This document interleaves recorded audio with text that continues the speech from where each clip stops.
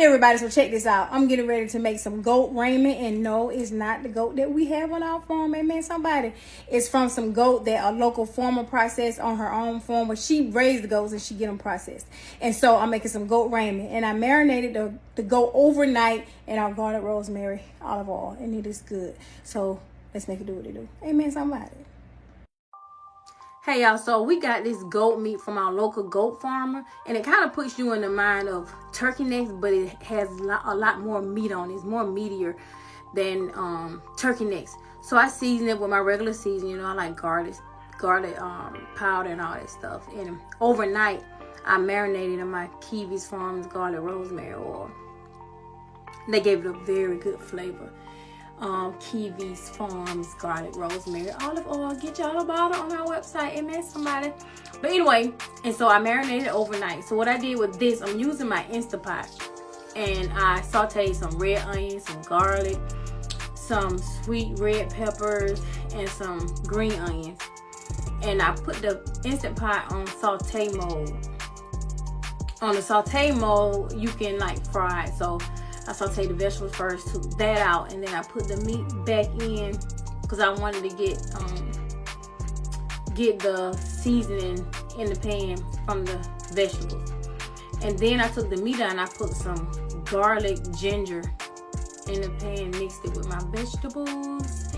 And then you'll see me, I didn't have any broth, but what I did have was some bone broth powder. And I heated up some water, and I mixed my broth in it, and then I added some flour to my Instant Pot to make a roux, a gravy. And so you see me scraping the pan,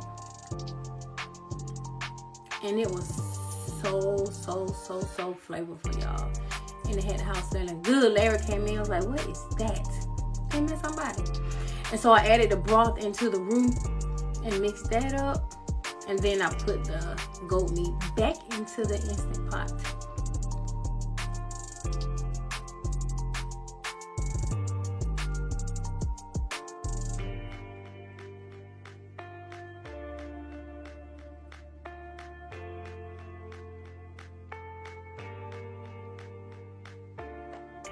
So once I got that all mixed in, I put the lid back on the Instant Pot, and then I put it on slow cook.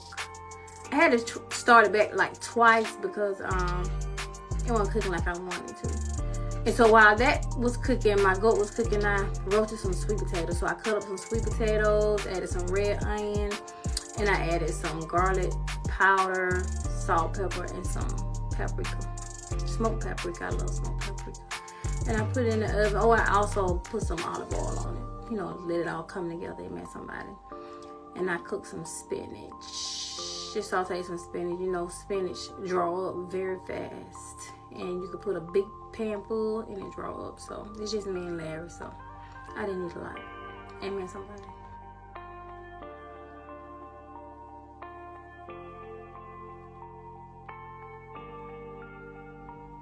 So once the spinach was done, I then boiled my ramen noodles. I boiled those until they were done. Not too done, but not so hard. Okay, amen, somebody. And they were just plain. I didn't have any seasoning to put in them. So what I did was I added some butter and a little garlic powder. Okay, you gotta season it, amen, somebody. So once my goat meat was done, the sauce wasn't as thick as I wanted it to be. So what I did was I mixed up some flour with some of the juice from the goat meat and mixed it up and put it back in there, and it made it a little bit more thick like I wanted to, and voila, it was done. Oh yeah, I forgot to tell y'all that I made some homemade yeast rolls yesterday, some sweet yeast rolls.